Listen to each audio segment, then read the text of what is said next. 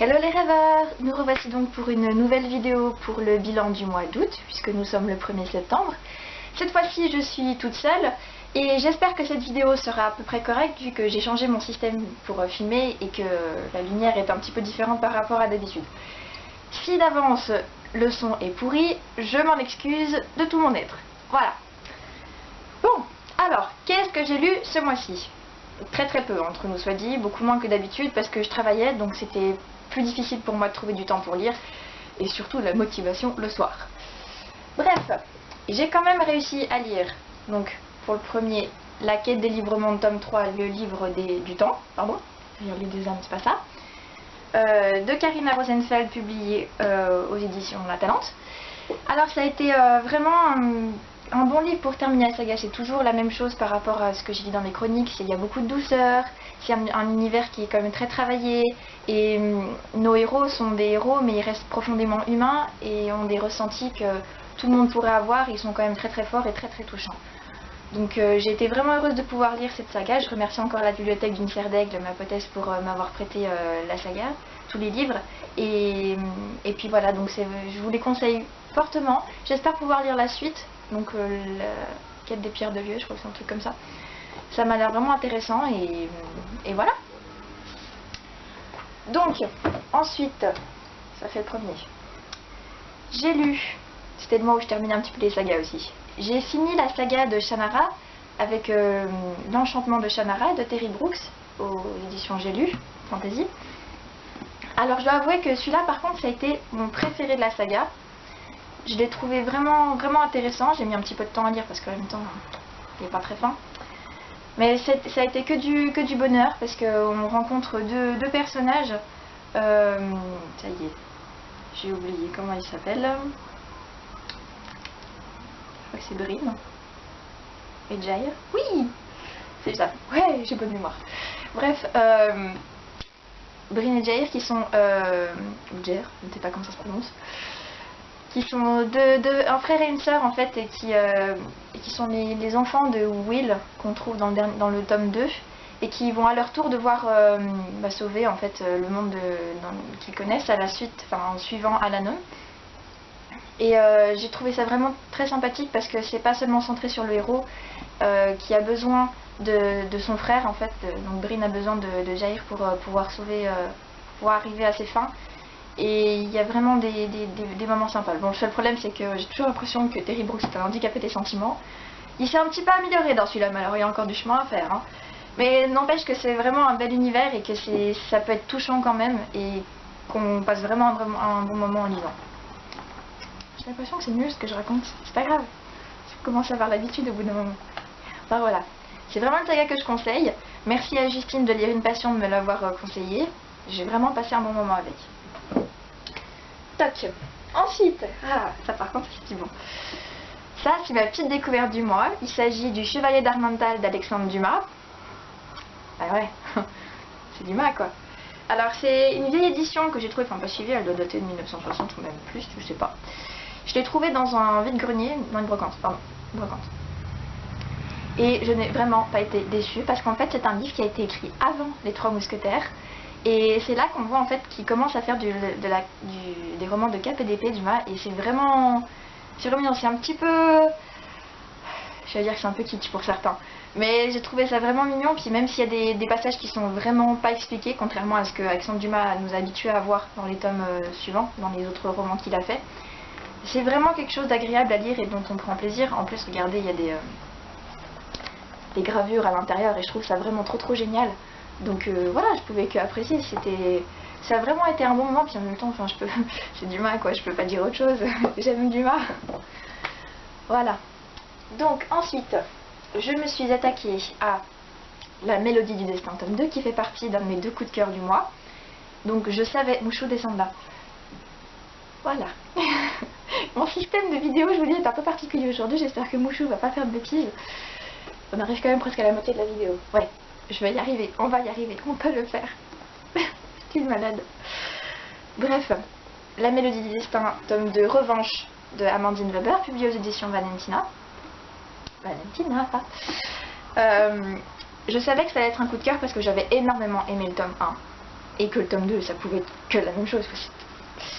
Et c'était encore mieux. C'était la plume est toujours aussi belle, aussi écrite avec un petit peu de façon contemporaine, mais en même temps tellement par rapport à l'époque, vous êtes totalement transporté. Non, Ouchou, mes doigts de pied ne sont pas mangés.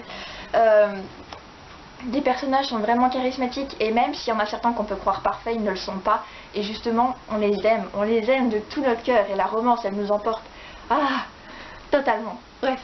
Si vous n'êtes pas encore convaincu par ce que je viens de vous dire, franchement, il faut lire des extraits, je ne sais pas, faites parce que franchement, vous passeriez à côté de quelque chose d'énorme si vous ne lisez pas ce bouquin.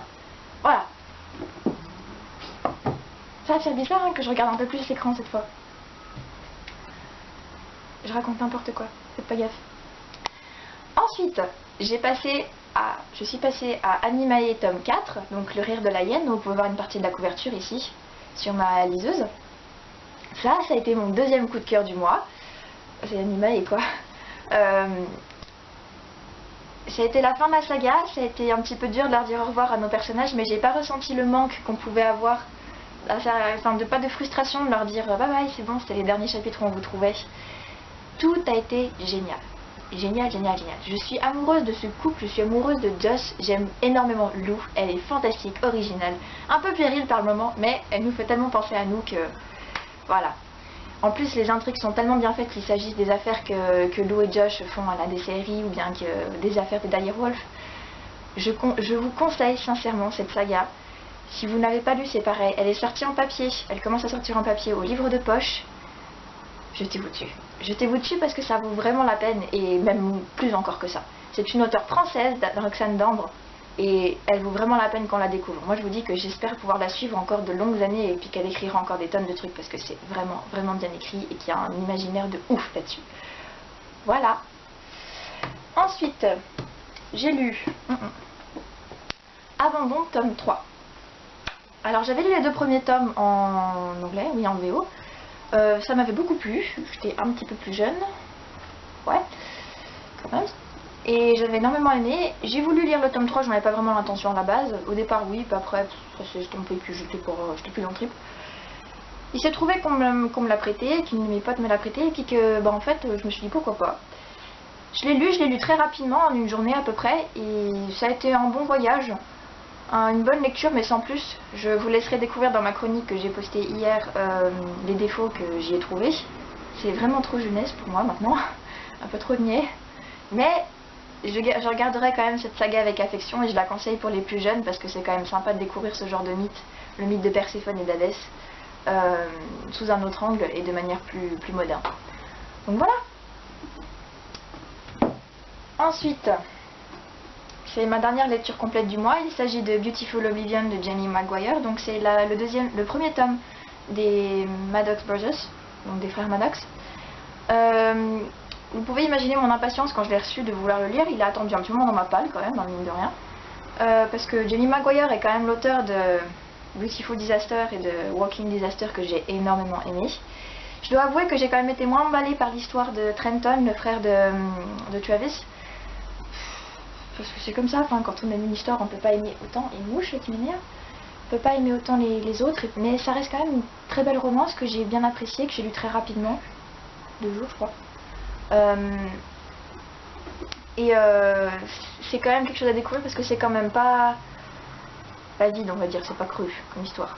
Il y a quelque chose derrière et justement de ce fait, je trouve qu'il y a des points qui n'ont pas été assez développés. Je trouve que c'est un petit peu dommage. Ah, et la fin aussi, elle m'a laissé un peu sur les fesses. J'ai pas tout très bien compris, je crois que va falloir qu'on m'explique. Mais c'est pas grave, c'était quand même une très très bonne lecture, une très jolie romance que j'ai bien appréciée et que je regarderai avec amour dans ma bibliothèque. Là-haut, avec les autres livres anglais. Voilà. Et pour terminer le mois, vu que je suis arrivée à la moitié hier soir, bon je suis plus à la moitié là, il me reste quelques pages, plus beaucoup, hein. Il me reste ça. De Quand tu es entré de Karine Gawet. Alors ça m'étonnerait que vous le connaissiez en fait. Il s'agit d'un livre québécois écrit par une amie à moi que j'ai rencontrée sur un forum, donc autant vous dire que ça remonte à Perpète-les-Oies. Ça raconte l'histoire en fait d'une jeune fille, Kayla, qui est un jour chez elle voit arriver un jeune homme qui a perdu ses parents 2 jours plus tôt et qui vient demander l'hospitalité. Et ça va changer sa vie, tout simplement parce qu'il y a une jolie petite histoire d'amour derrière, un peu plus compliquée quand même que ce qu'on pourrait croire. Et même s'il y a des erreurs pas de débutants, mais on va dire de premier livre qu'on peut voir, je peux vous dire que c'est très rafraîchissant et très très agréable à lire. La preuve, dès que j'aurai terminé cette vidéo, je ne sais plus parler, je vais m'empresser d'aller lire la suite pour savoir comment ça se termine, parce qu'alors là je suis arrivée à un moment critique. Après on dit que moi je suis sadique, mais ça c'est rien par rapport à certains auteurs. C'est très amusant de lire du québécois en dehors de ça. Hein. Ouais, je sais, je saute un peu du coq à l'âne, mais c'est pas grave. Je suis un peu en mode stressé parce que voilà, j'espère que j'ai assez de batterie, assez de mémoire dans mon appareil pour que ça marche. Bref, je raconte n'importe quoi, on s'en fout, c'est pas grave. Pour l'instant, c'est une réussite pour moi. En attendant de voir la fin. Je vous en parlerai encore dans ma prochaine vidéo pour le bilan. En espérant que ça soit au moins une découverte du mois. Et puis voilà. Donc si vous voulez tenter cette histoire, c'est Quand tu es entrée de Karine Gawette, publié aux éditions Idée que j'ai. Et au Québec, bien sûr. Si jamais vous pouvez me demander des informations, j'essaierai de vous en procurer. J'essaierai en tout cas d'en trouver pour vous répondre au mieux. Et puis voilà. C'était donc tout pour ce mois-ci. Ça me faisait que 1, 2, 3, 4, 5, 6, 7 bouquins et demi, on va dire. Oui, parce que je suis arrivée à la moitié hier soir. 7 bouquins et demi pour le mois d'août. C'est quand même pas énorme, mais comme je vous l'ai dit, j'ai été un petit peu occupée. J'espère que le mois de septembre sera un petit peu plus chargé. J'ai déjà une bonne balle de prévu. Espérons que ça saura me motiver. Puis il y a plein de sorties aussi qui vont arriver, c'est la rentrée. Voilà. J'espère que le son aura été à peu près bon. J'espère que vous ne vous serez pas trop ennuyés. Et même sans ça, bah tant pis. On peut pas plaire à tout le monde. C'est pas grave. J'aurais encore raconté plein de trucs n'importe comment, mais c'est pas grave. Je vous dis à tout de suite sur la page Facebook. À très bientôt. Sinon sur les vidéos. Si vous avez aimé, bah, n'hésitez pas à me le dire, à faire des petits commentaires, à discuter avec moi sur la page, sur Twitter, sur n'importe où. Vous avez toutes les informations sur la barre d'infos en dessous. Et puis voilà. Je crois que c'est à peu près tout. Alors je vais vous dire à très vite les rêveurs. Et n'oubliez pas, l'espoir fait vivre. Ciao!